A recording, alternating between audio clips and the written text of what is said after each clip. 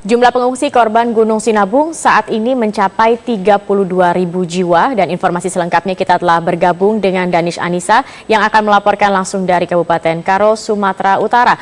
Danis, dengan jumlah pengungsi yang cukup besar tersebut, bagaimana pemerintah memperhatikan kesehatan para pengungsi? Ya Zakia, dengan kondisi posko pengungsian yang jauh dari ideal, di mana satu posko bisa dihuni lebih dari 1.000 orang dan sanitasi yang kurang baik menyebabkan para pengungsi rentan terkena penyakit. Untuk mengantisipasi kesehatan yang terus menurun, di setiap posko disediakan pos kesehatan. Berbagai obat-obatan biasanya langsung bisa diperoleh oleh para pengungsi.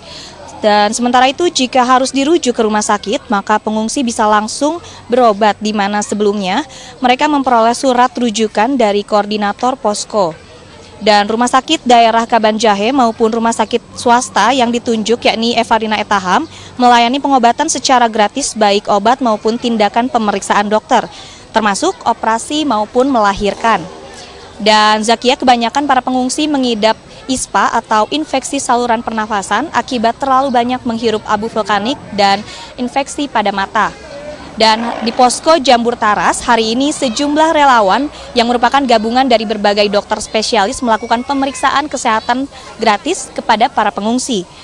Pemeriksaan tersebut meliputi pengecekan tensi darah, saluran pernafasan, dan dokter ini juga melakukan sosialisasi kepada para pengungsi terkait pentingnya penggunaan masker. Dan khusus untuk anak-anak yang kerap mengalami diare maupun cacingan, dokter memberikan pengobatan berupa antibiotik, parasetamol, dan obat cacing untuk anak-anak. Baik pemerintah, BNPB, PMI maupun banyak relawan dan donatur terus-menerus memberikan bantuan berupa obat-obatan yang disebar ke 42 posko pengungsian guna meningkatkan pelayanan kesehatan. Zakia?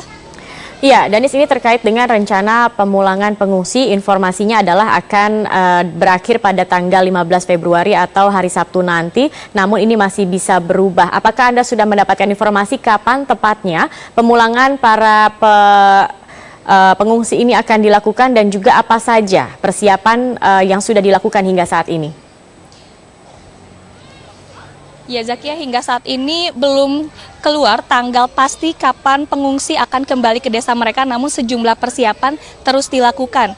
Di mana hari ini merupakan hari ketiga persiapan dilakukan pada pengungsi yang berada di 4 desa di Kecamatan Payung.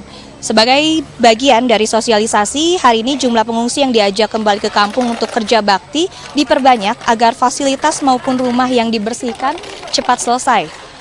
Hembusan maupun hujan abu vulkanik yang melanda desa mereka yang sebenarnya berada di radius aman cukup membuat kondisi pemukiman di desa ini tidak nyaman. Dan 4 desa yang didahulukan untuk kembali dipulangkan ialah Desa Cimbang, Desa Rimokayu, Desa Batu Karang, dan Desa Ujung Payung di Kecamatan Payung. Desa ini ditempati oleh lebih dari 2.000 jiwa atau tepatnya 627 kepala keluarga. Namun hingga saat ini kami belum bisa memperoleh informasi kapan pastinya para pengungsi ini akan dipulangkan. Dan meski begitu Zakia, proses tidak langsung dilakukan atau proses pemulangan tidak langsung dilakukan, melainkan hal ini dilakukan secara bertahap. Baik BNPB maupun perangkat desa terlebih dahulu mendiskusikan hal ini kepada warga yang berada di desa tersebut sehingga pemulangan tidak bersifat pemaksaan.